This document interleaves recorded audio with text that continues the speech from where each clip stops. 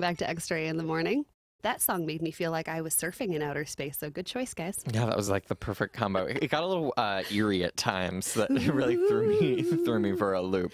God, I know it's not even Halloween. Colin, what did you find out about acting secretaries? Oh, yeah. So I dove into it because that was a fascinating question for me. And it does appear that there's basically no sort of legislation or requirements around how long an acting secretary can stay in place, particularly when they were confirmed in another role, right? So confirmed by the Senate. Exactly. And so, for instance, the acting defense secretary, he was confirmed, many months ago as one of the assistant secretaries, I believe.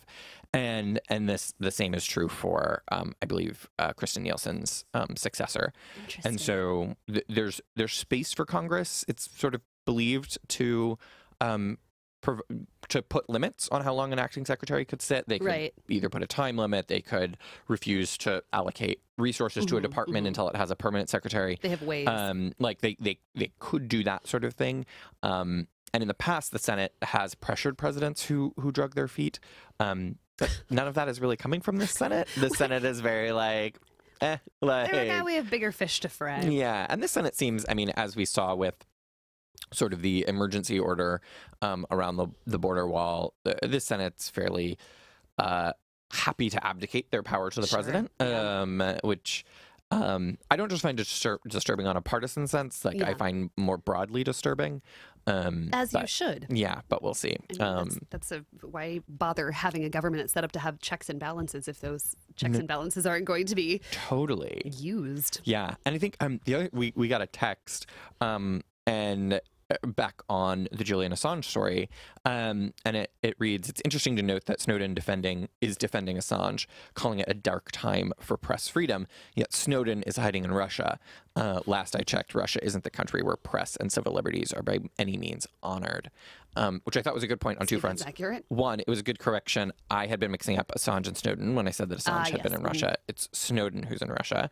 And then two, I think, there is this dynamic of who's sort of defending these folks and who their friends are doesn't speak towards that this is a very good point. Shining knight vision. If the ACLU was the one saying no freedom of expression. And the ACLU probably is, for the record. No, I'm sure, but you're right. If the point is that Russia is the one defending you, then you've got more issues than we can talk about in the next 4 minutes. Let's get back to some national news. You want to? Do I? Great, yeah. Yeah. Would you like to? I will. So Mitch McConnell, speaking of the Senate, says Republicans need to run against socialism in 2020. Of course he does. Dun, dun, dun. The Senate Majority Leader said that they need, quote, to be the firewall that saves the country from socialism.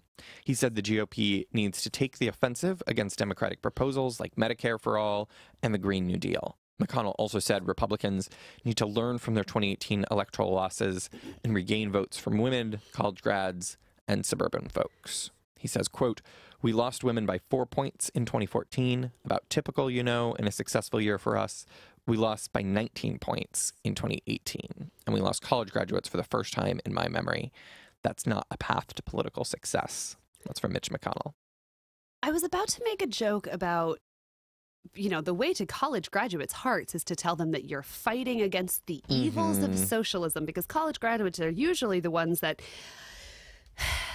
are falling into the trap of good versus evil. And but now that I'm thinking about it, are there is that a demographic that's widely anti-socialist? Yeah, right. Yeah, you're like, that might not be the trick there. I just think that's so odd. I just think the psychological move of we are fighting against the axis of evil, and the axis of evil, maybe it was Iraq and maybe it was whoever, and now it's socialism. I'm just that to me, the whole reason that we go to school and become educated is that we don't fall into the trap of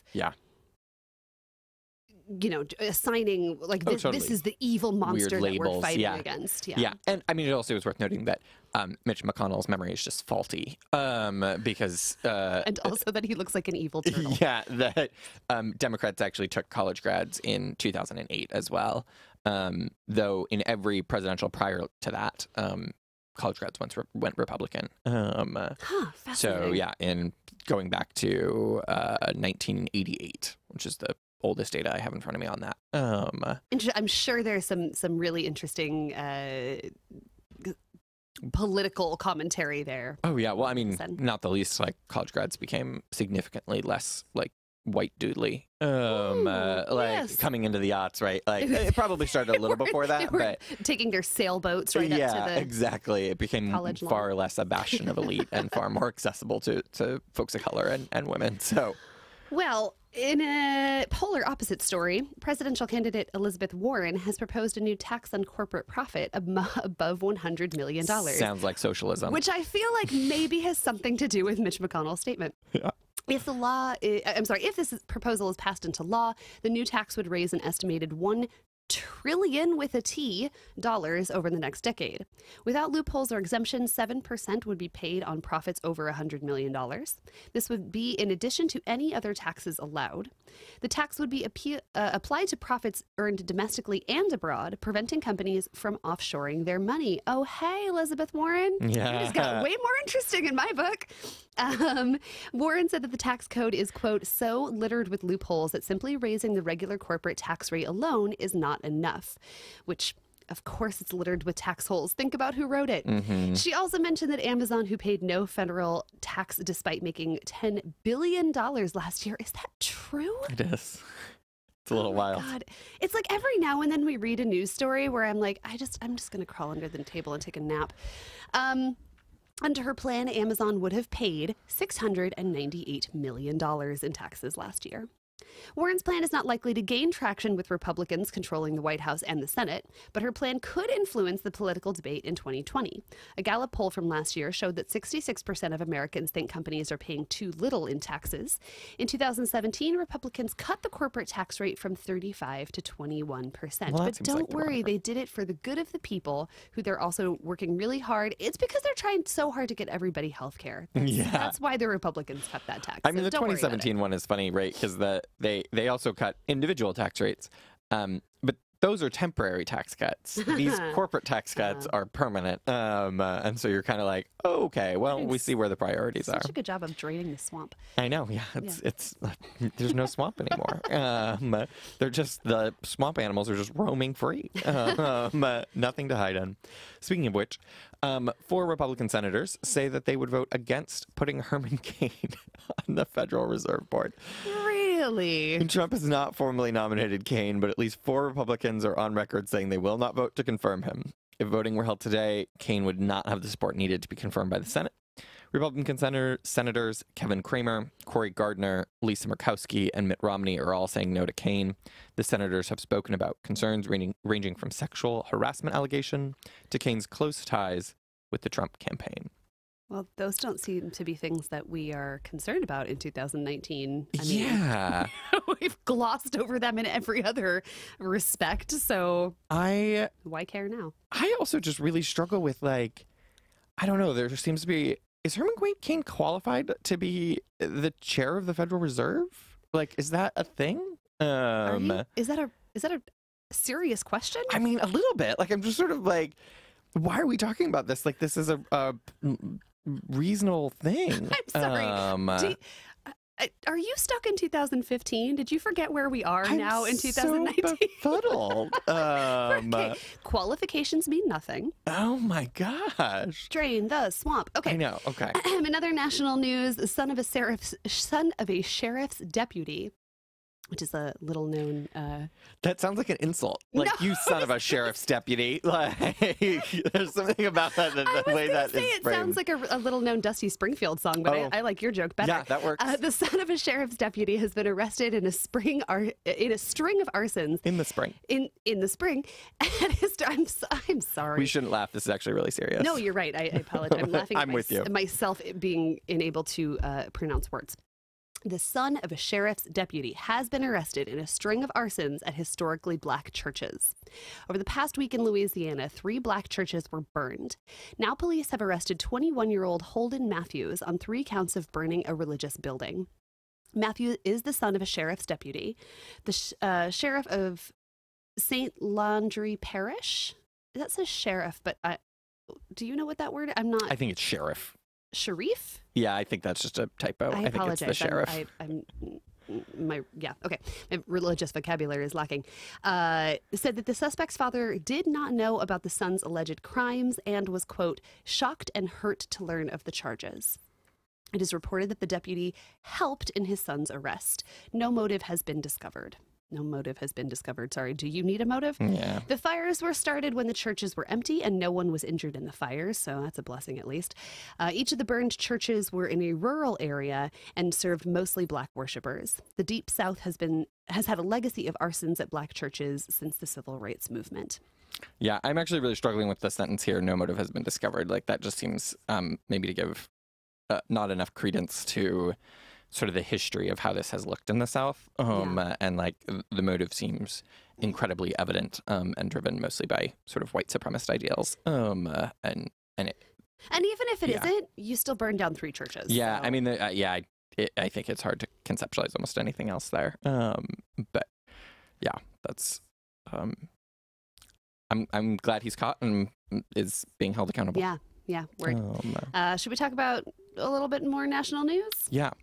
Yesterday, Trump signed an executive order making it easier to build oil and gas pipelines. He did so on stage, surrounded by men in suits, safety vests, and hard hats. The first of 2 orders requires the Environmental Protection Agency to review part of the Clean Water Act. The part of the Clean Water Act in question is a provision that requires pipe projects to get state certification if water contamination might be possible.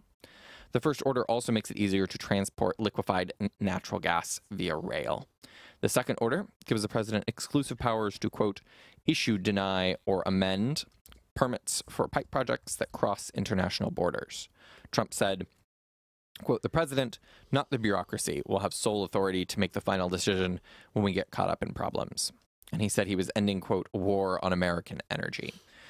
Critics say his orders overstep federal authority. You think? Yeah. Remember earlier when we were talking about presidents who make these big sweeping, like, this is the enemy, this is the evil empire that we're fighting against, whatever. Sorry, the war on American energy? Yeah. Hi. Also called the Clean Water Act. When was that? like I mean, that's literally what he's talking about. Yeah. When was the last time? I don't know. Have you been outside recently? I was very briefly this morning. Have you? Okay. And I don't know. Have you seen how many cars on the road are? There's a lot. Yeah, there's a lot of cars, and a lot of them are giant trucks with one person in them. Yes. And they use an enormous amount of fuel. And those trucks are under attack. Yes. That's who this war is on. I mean, and we need to stand up and fight for trucks them. are people too, Kira. Like, it's not just corporations. You have to remember that Humvees and trucks, but not Priuses, are people too. Are people too. And that's, I think, first of all, that's the motto for today. And second of all, if you take anything away from this show, it's that trucks are people too. And their fuel source is under attack. It is. I'm going to pull us towards some positive news because we really, circled here. The San Diego library system has forgiven $2 million in overdue book fines. Almost 133,000 library users are having their slates wiped clean. More than half of late borrowers had racked up fines of more than $10, and this means they could no longer check out books, which is the saddest of things. At some libraries in low-income areas, more than 40% of cardholders could no longer check out books. City Council member Chris Cate said, quote, I felt that banning a child from our public libraries due to an overdue book fine is unreasonable and contradictory to the mission of our libraries. And San Diego's library director said, quote, libraries are known as the great equalizers because we provide equal access for all patrons, regardless of their socioeconomic status. The cost of collecting late fees, as it turns out, actually costs more money than the fees brought in. Annually, the library spent about $1.2 million to collect only $600,000. Oh, wow, that's interesting. People who don't ever return books will still be charged replacement fees. Yeah, fair enough. This there's a sort of national movement around rethinking library fines. Actually, the Multnomah County recently got rid of all library fines for children. So adults will still face fines here in Multnomah County, but they just decided like there's so many reasons that kids, they're slower reading, they lose a book, they spit on it, there's just sort of all these things that are associated, sort of like your core kid irresponsibility. Children? No shaming. Just I'm saying it, but by charging them fines, are we shaming children? Well, yeah, are we shaming them, and are we preventing them from getting more books, which, like, again, is totally contrary to the mission and purpose of a library. So I'm really actually appreciating the more and more cities that roll this out, where you're just like, yeah, like there's just no reason. Like the whole point is that this is a public service, and folks have access to it, and I think we can actually try and have more faith that when people turn books in late, it's not because they're trying to be jerks, but like life happened. I understand having some sort of consequence just because you are using a resource that other people would like to use, but I like the idea that we're rethinking how we're doing it, and you're right. I mean, libraries are such an important resource for some of the most vulnerable people in our community. Yeah, absolutely. That with actual, with monetary fines, you could be shaming those people. You could be turning them away when, this when socialism is under attack. There's not a whole lot of places that people who are extremely vulnerable in our society can turn. So it's nice that libraries are saying, that this is a resource for everybody. Absolutely. We've got a couple more national stories. A former Obama White House lawyer is charged after Mueller probe. Greg Craig used to serve as the top lawyer in the Obama White House. That sounds like the beginning of like a rap song.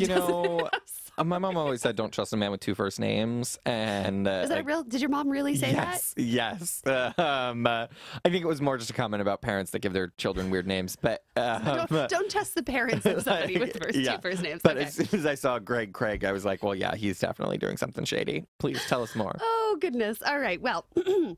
On Thursday, he was charged with lying about work he did in 2012 for Ukraine in a case that grew out of the special counsel Robert Mueller's Russia investigation. He could face 10 years in prison for his false statements and running afoul of the Foreign Agents Registration Act.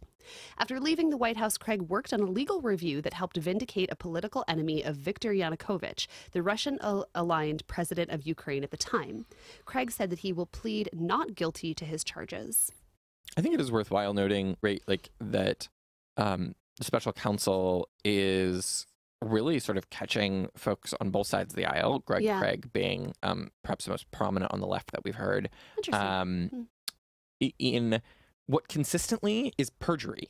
That is the most common thing that we're seeing ahead of everything else. It's an interesting assessment. He's put forward charges on some Russian nationals who will never face those charges because they're in Russia. Sort of on a wider range of crimes.